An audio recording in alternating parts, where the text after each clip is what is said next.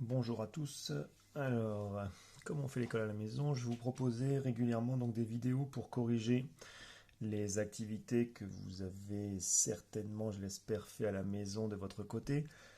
Donc on va reprendre un peu l'activité 1 ici, donc de la nouvelle leçon sur la reproduction des êtres vivants. Donc on a commencé le grand 1 par l'espèce humaine. Et la première activité, donc, celle dont j'ai mis le lien donc en pièce jointe sur le cours Pronote, elle parlait donc du problème de Philippe. Donc on vous dit que Johanna et Philippe essayent d'avoir un enfant depuis 2 ans et qu'ils n'y arrivent pas. Donc au bout de 2 ans, ils finissent par consulter les médecins spécialistes.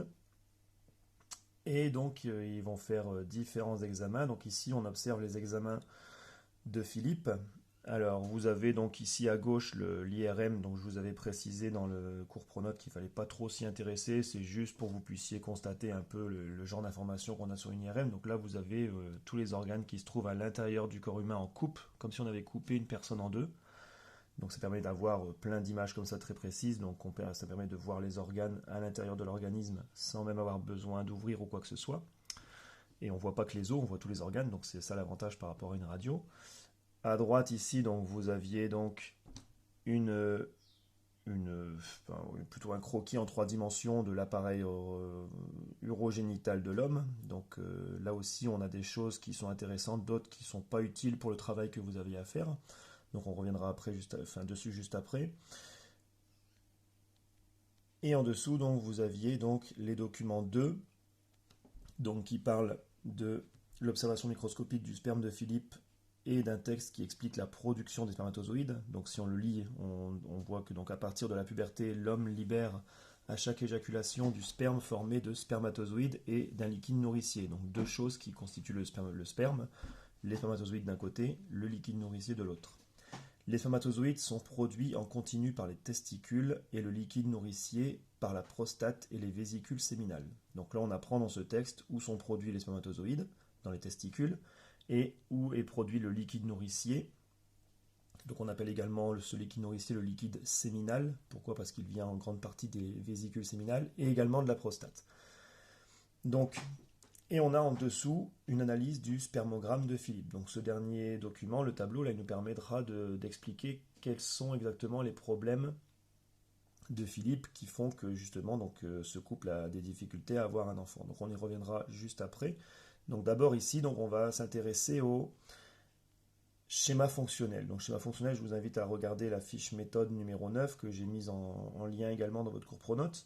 Donc un schéma fonctionnel, donc c'est un schéma, hein, tout ce qu'il y a de plus classique avec des formes géométriques très simples. Donc le schéma, c'est vraiment la forme la plus simplifiée d'une représentation de la réalité. Donc on a le dessin qui est très détaillé, le croquis qui est moins détaillé que le dessin, mais on reconnaît assez bien les formes. Et le schéma, lui, on peut carrément se permettre de faire des formes qui ressemblent plus trop à la réalité. Le but, c'est vraiment de faire quelque chose de simple qui explique, qui explique un peu de quoi est constitué un élément. Et quand il devient fonctionnel, ce schéma, le schéma fonctionnel, donc il va expliquer en plus comment fonctionnent les éléments que vous avez présentés sur le schéma. Donc là, ici, je vais prendre une feuille de papier pour vous montrer un peu comment on pourrait monter ce schéma. Alors, qu'est-ce qu'on a lu dans le document? On a lu que les spermatozoïdes et le liquide séminal, le liquide nourricier, constituaient le sperme. Donc l'homme, quand il va se reproduire, forcément on sait que le sperme va avoir un rôle important. Et donc on sait que dans le document 2, ces spermatozoïdes sont produits par les testicules et que le liquide nourricier est produit par la prostate et les vésicules séminales.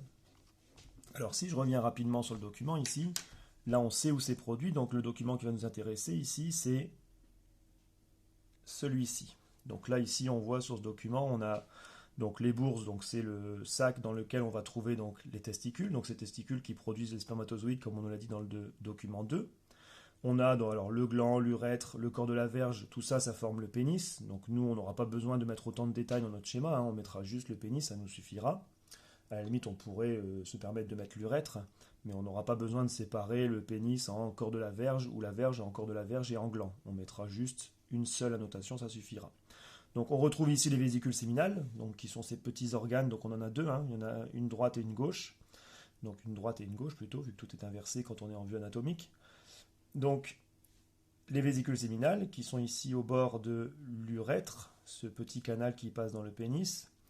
Et on a la prostate qui se situe ici un peu au carrefour de différents conduits. Donc on va regarder ici donc, les testicules qui produisent les spermatozoïdes, mais comme le sperme était mis au niveau de l'extrémité du pénis, on va regarder ce qui se passe. Donc des testicules ici, on a un canal qui vient et qui remonte ici dans le bas de l'abdomen de l'homme pour redescendre ensuite vers la prostate. D'accord? Vous le voyez là donc, ce canal là qui fait une boucle ici. Donc, et ce canal, c'est le canal déférent. Donc on en a un, donc de la même façon que pour les vésicules, on en a un à gauche et un à droite. Donc, en fait, les spermatozoïdes vont être produits ici au niveau des testicules. Ils vont être véhiculés le long du canal déférent et ils vont arriver ici au niveau de la prostate. La prostate, dans le document 2, on nous dit qu'elle produit le liquide nourricier, le liquide séminal, ainsi que les vésicules séminales. Et ici, à partir de la prostate, on voit qu'on a un autre tuyau, donc c'est l'urètre qui va passer dans le pénis pour permettre donc l'évacuation du sperme. Donc en fait, le sperme, il va se former où? Il va se former ici, au niveau du carrefour, entre les canaux déférents qui viennent des testicules et la prostate et les vésicules séminales. Donc là, ici, on va avoir un mélange du liquide nourricier et des spermatozoïdes qui vont donner le sperme qui sera émis au moment de l'éjaculation.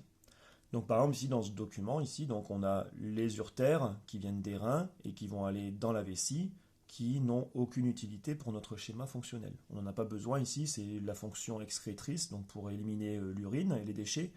Nous ici on parle que de la partie reproduction, on n'a pas besoin de ces organes-là.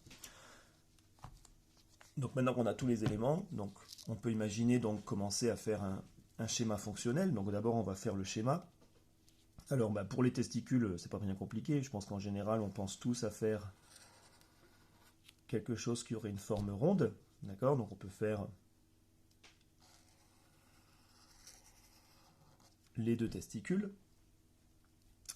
Après, on a vu donc que ces testicules étaient reliés à la prostate par des canaux qu'on appelle les canaux déférents. Alors là, comme on est sur un schéma fonctionnel, on n'a pas besoin de faire cette boucle-là qui est remontée jusque dans le bas de l'abdomen. On va juste s'appliquer à faire des canaux, donc qui partent des testicules et qui remontent. Donc, alors là, après, on peut faire donc l'organe, donc ici par exemple, qui serait la prostate, avec, alors là, on n'est pas obligé non plus de les mettre on va dire en vraiment bonne position. On pourrait imaginer, donc ici, on a deux vésicules séminales. D'accord? Donc, et après, on a vu qu'à cet endroit-là, on était à peu près à un carrefour où il y aurait le mélange des spermatozoïdes qui viennent des testicules et du liquide nourricier qui est produit par la prostate et les vésicules séminales pour aller dans un autre canal, donc l'urètre. Et donc là, l'urètre, après, à la fin, il suffit de faire donc une forme donc plutôt de cylindre pour représenter le pénis ou la verge. Donc là, on en a fini avec notre schéma. La seule chose qu'il va falloir penser à faire, c'est annoter tout ça, donc avec une règle que j'ai oublié de préparer.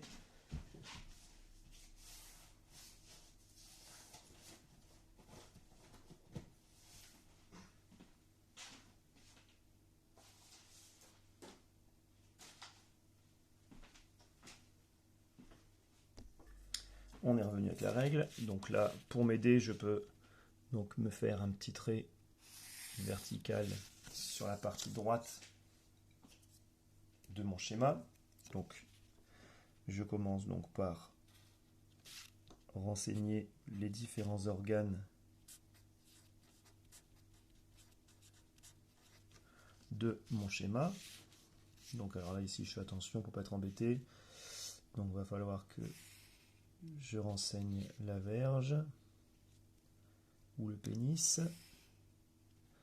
Donc, l'urètre, ici le canal déférent, là ici je vais avoir ma vésicule séminale, et enfin le dernier organe que j'ai besoin de renseigner ici, c'est la prostate.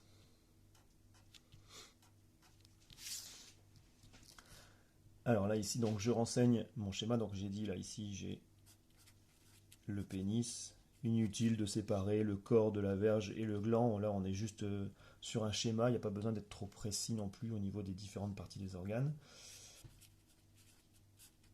Donc ici l'urètre qui va faire passer donc le sperme au moment de l'éjaculation, mais qui va faire aussi passer l'urine tous les jours. Donc ici le canal déférent. Ici donc une vésicule séminale et en haut la prostate. Donc là j'ai un schéma, mais il n'est pas encore fonctionnel. Donc pour le rendre fonctionnel, il va falloir que j'explique donc ce que je vais, que j'explique comment fonctionne donc l'appareil reproducteur de l'homme. Donc pour ça, le plus simple, on a dit qu'il y avait des organes qui produisaient des éléments et que ces éléments allaient être émis à l'extrémité du pénis au moment de l'éjaculation. Le plus simple, quand on a un déplacement de certains éléments, c'est de faire des flèches. Donc là, par exemple, pour que ça corresponde à la correction que je vais vous proposer également sur Pronote en fichier joint, je vais prendre les mêmes couleurs. Donc par exemple, on imagine si on prend le rouge pour indiquer donc comment vont se déplacer les spermatozoïdes. Donc comme leur lieu de production, c'est le testicule, on va partir du testicule et on peut imaginer faire plusieurs flèches qui se suivent. Et là, ici, donc, au carrefour avec la prostate, on va continuer et aller jusqu'à la sortie. Donc on peut imaginer faire la même chose du côté de l'autre testicule, même si c'est pas obligatoire, si on le fait d'un côté déjà, ça sera déjà bien. Et on pourrait prendre la couleur verte par exemple, pour expliquer donc la production du liquide nourricier et son cheminement. Donc ici donc on a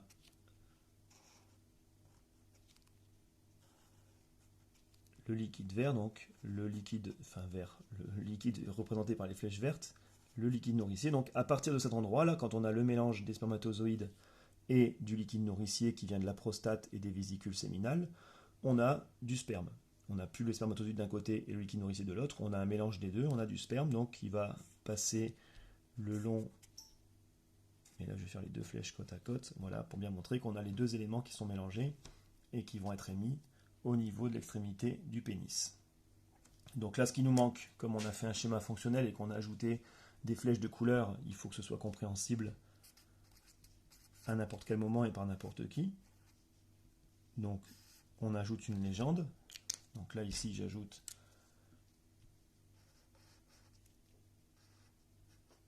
ma flèche rouge et j'indique que ça, c'est par exemple le trajet des spermatozoïdes. Et je prends mon feutre vert pour indiquer le trajet du liquide nourricier.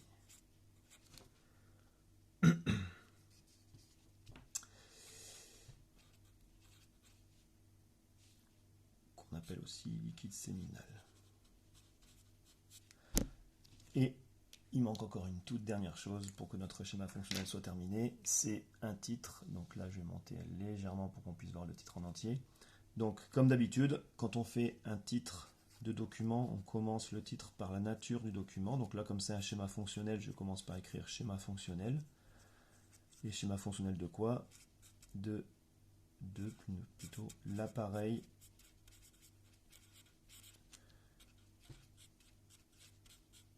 reproducteur de l'homme. Et on a fini, donc on peut, si on veut, souligner le titre. Voilà, ma règle est un tout petit peu trop petite.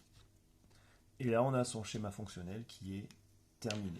Alors on revient juste un tout petit peu sur l'activité. Donc là je vais revenir sur le tableau. Le dernier tableau, je vous avais dit que ce tableau il nous permettrait de savoir donc quel était le problème de Philippe. Donc là vous avez un tableau avec donc différents paramètres qui ont été analysés chez Philippe.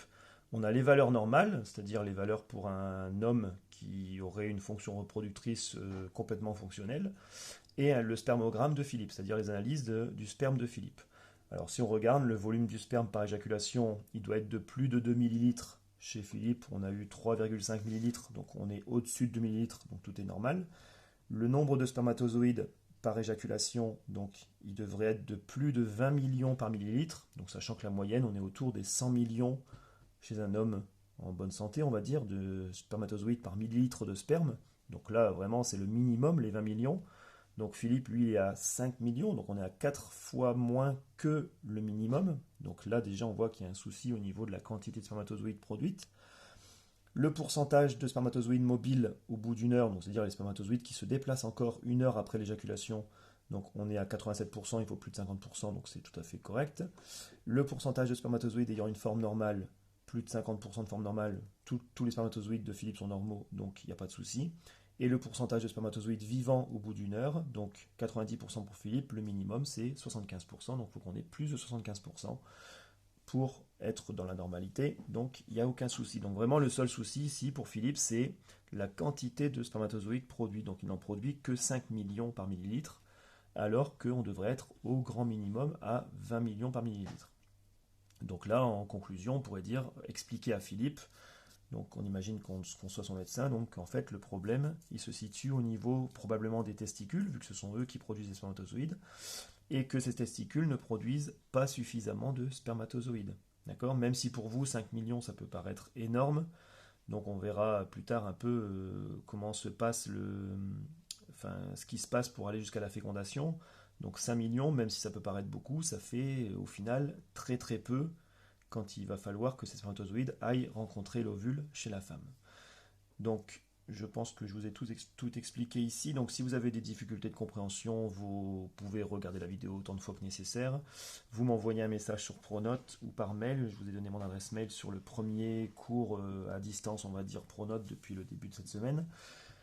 Et on se retrouve, donc j'essaierai de faire une autre vidéo du même genre pour la deuxième activité qui va en fait ressembler beaucoup à cette première activité, mais qui va concerner cette fois-ci l'appareil reproducteur de la femme. A très bientôt, portez-vous bien.